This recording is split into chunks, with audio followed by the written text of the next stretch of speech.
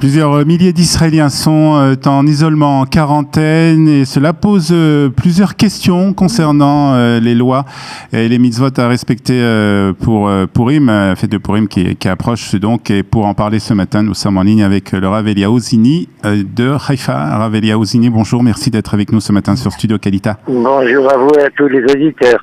Alors, d'abord, on sait qu'il y a plusieurs Israéliens qui sont en bidoute, qui sont en isolement. D'une manière générale, il faut respecter cet isolement. Bien sûr, c'est évident. Il s'agit d'une responsabilité collective. Aucun juif n'a le droit d'endosser une responsabilité qui va porter atteinte à peut-être chas v'shalom une masse de juifs. Mm-hmm. Alors donc ça veut dire que il y a plusieurs milliers d'Israéliens qui sont en isolement, qui sont donc confinés chez eux, et on sait que pour Purim il y a plusieurs mitzvot à respecter, dont une très essentielle et qui va avoir lieu ce soir pour ceux qui n'habitent pas à Jérusalem, d'écouter la Megillah. Alors comment font ces personnes qui sont en isolement pour écouter la Megillah ce soir et demain matin? Écoutez, il y a plusieurs possibilités, mais si vous me permettez, d'abord, je commencerai par une semi-plaisanterie. Oui.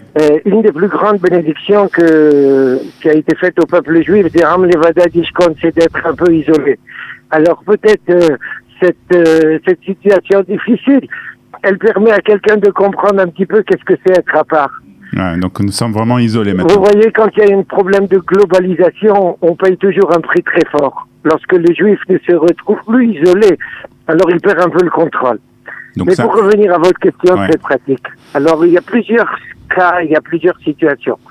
Mais je voudrais bien préciser que ce que je vais dire ne concerne que les gens qui sont tenus d'être isolés. Je vais pas...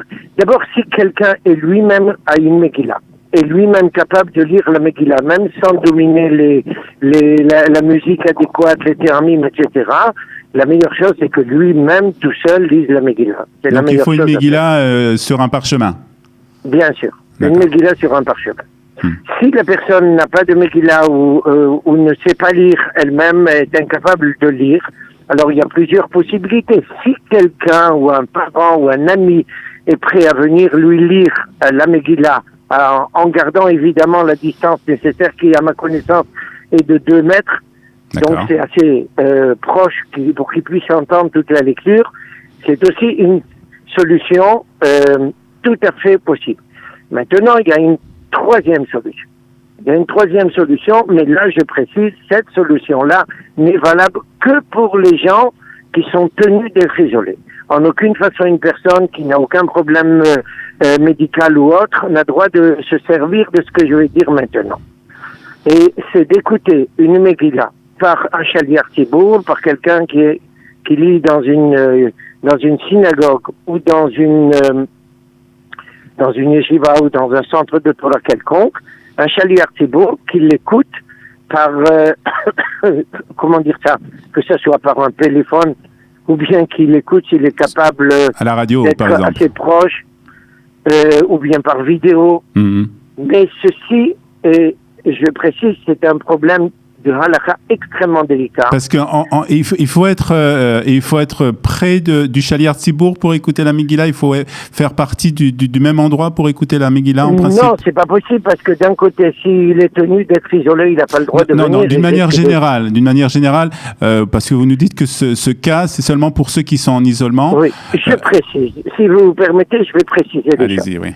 Dans le Talmud, dans le traité de Rosh Hashanah, on parle justement de quelqu'un qui sonne du chauffard, mais qui sonne du chauffard comme c'est arrivé par le passé, lorsque les Romains nous ont interdit de sonner du chauffard pour Rosh Hashanah.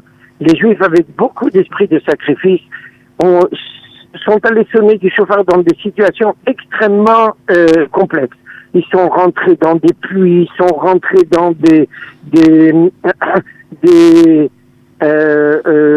cavernes, dans des tas d'endroits où la voix du chauffard ne reste pas telle qu'elle est. D'accord. Et à partir de ce moment-là, la halakha soulève justement le problème de la personne qui écoute une mitzvah qui relève justement d'un processus auditif, mais qui n'est pas intégral et qui n'est pas naturel. Lorsqu'il a été déformé par autre chose, il y a toujours un problème de savoir est-ce que Yotzim Yedechova est-ce que la mitzvah est réalisée telle quelle. Et c'est la raison pour laquelle donc c'est le risque qu'on a pour la Megillah aussi. Ne veulent pas qu'on écoute par la radio, télévision, j'en passe, et des meilleurs, et ça repose sur des bases très sérieuses. Mais là, dans le cas de ces gens qui sont tenus d'isolement, ici le problème n'est pas de savoir seulement est-ce que la lecture est parfaite, de savoir est-ce qu'il y a une possibilité, une autre possibilité. Et s'ils sont pas à même eux-mêmes de lire ou quelqu'un ne peut pas le lire, ils n'ont pas d'autre possibilité. Dans ces conditions, on peut leur permettre, mais uniquement dans ces conditions. D'accord. Donc, je suppose que vous, à l'intérieur de votre yeshiva, vous allez organiser aussi ce genre de possibilité de donner à des personnes qui sont en isolement. Absolument. C'est ce que nous faisons justement, parce que il y a justement, il y a eu d'abord quelques élèves, 2 ou 3 élèves qui étaient en France et qui sont revenus et qui sont tenus d'être isolés, donc il faut qu'on s'occupe d'eux. Et par la même voie, nous permettons à toute personne qui voudront écouter, il y aura une lecture ce soir et une lecture demain. Qui sera diffusée de façon à ce que toute personne tenue d'isolement puisse écouter la Megillah. Qui sera diffusée sur les réseaux sociaux, sur Facebook, des choses comme ça, je suppose. Oui, mais je crois même plus que ça, parce que nous n'avons pas voulu nous contenter de Facebook, par peur que la lecture soit interrompue. Il y a quelquefois quand tu passes par Internet est un petit peu entamé. Donc nous avons loué à une société qui s'occupe et qui va permettre la diffusion.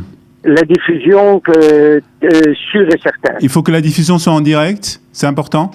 Oui, absolument. Ça, c'est sûr et certain, ça doit être en direct.